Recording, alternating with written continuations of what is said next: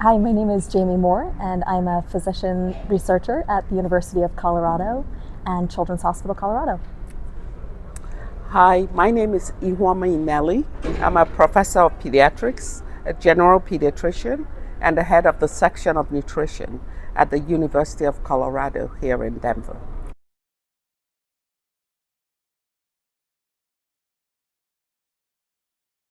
So there are some key criteria that need to be present. One, obviously, is a body mass index that is above the 95th percentile, which is how we define obesity. You have to pay attention to the age of the child and that they want obesity medications. And then it is important to at least evaluate how much lifestyle intervention they've had or they're interested in, as much as possible within the environment that they live in. That's the starting point. We always treat obesity as part of a whole child approach. And that means you take those four criteria, you look at the child physically, psychologically, the environment. And the environment can include social drivers of health, can include access to the medications, and then putting it together and with shared decision making. That helps you make your decision whether you do obesity medications or not.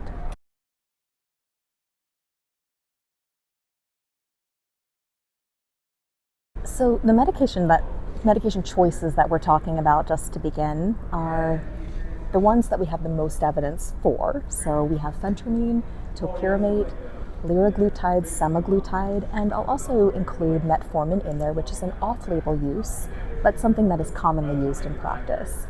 And when we think about which one to choose, there are several factors that go into that. The first is patient preference. That's really important.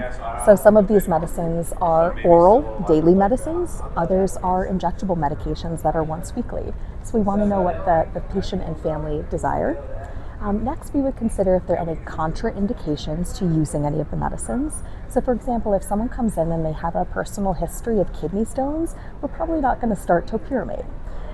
And the next thing that we think about is if there's any pre-existing medical conditions or medications that could increase the risk of any side effects. So I think a really common scenario that we come across are individuals with mental health concerns. So if somebody has severe untreated anxiety or depression, or even a newly discovered eating disorder with our baseline screen, we may absolutely need to take a pause on anti-obesity medications, prioritize the management of those conditions, and then readdress. Sometimes we're able to do them in tandem and sometimes not. And then I have a couple of other things that we can keep in mind as well. The next one is thinking about how your patient is presenting in terms of their obesity-related complications. So for some medications, we have evidence, for example, for the GLP-1 receptor agonist semaglutide, that it can reduce hemoglobin A1C and ALT.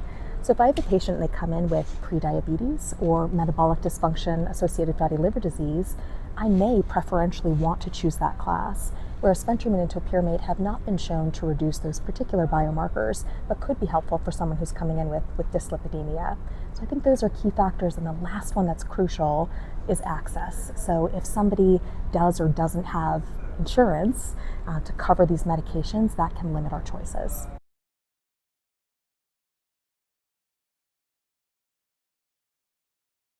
Yeah, I think that the first practical tip is that we want to use the medications that are easy to access and are inexpensive.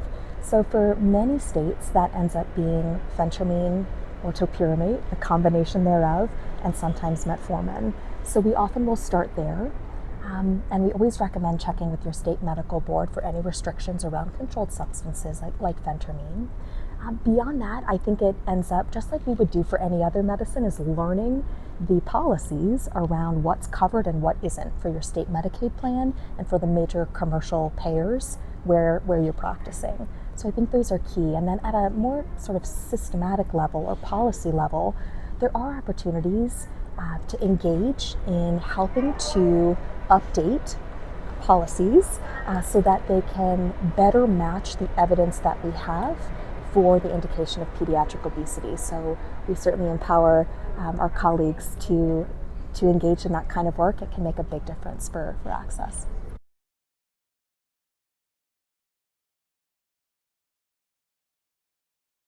talking about medication use for obesity can be challenging.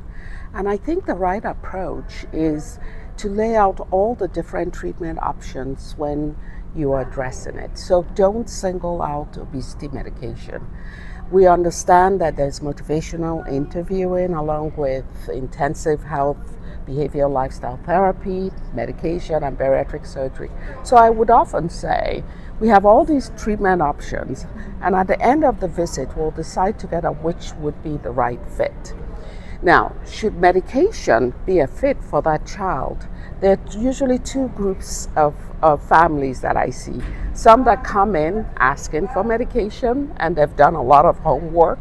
In those cases, I usually advise my colleagues to first of all make sure that the information that they're coming with is right. There's a lot of misinformation.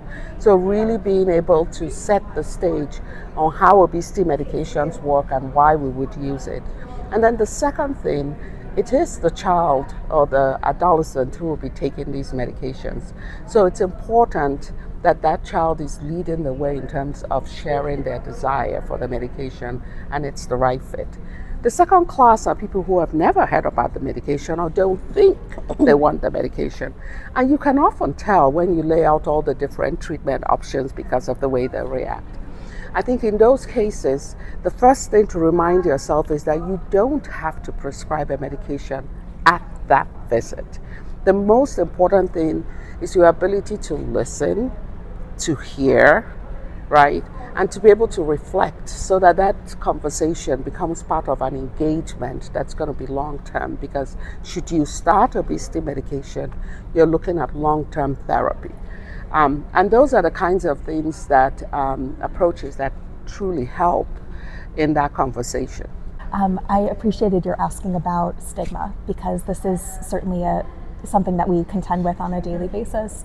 We know as healthcare providers, we have our implicit biases, and I think it can be really important to examine what specific or discrete strategies we can use on a daily basis to help to counter by our own bias and stigma, particularly as it pertains to individuals, including children, in larger bodies. And so I wanted to mention that in our practice, one of our patients is very wise and she's incredible, but she told me something that I kind of take with me, and I wanted to share that. She said that when you walk into the room, don't let my weight be the first thing that you see. And so I use that as a really quick mantra before I knock on the door going into patients. So that's one way that I counter bias. And the second thing, sorry, did you have something to say in addition? No, go ahead. The second thing that I wanted to mention is in order to continue to move our science forward, to understand what is safe and what is effective in this space, including pharmacotherapy, ongoing support for clinical research is critical.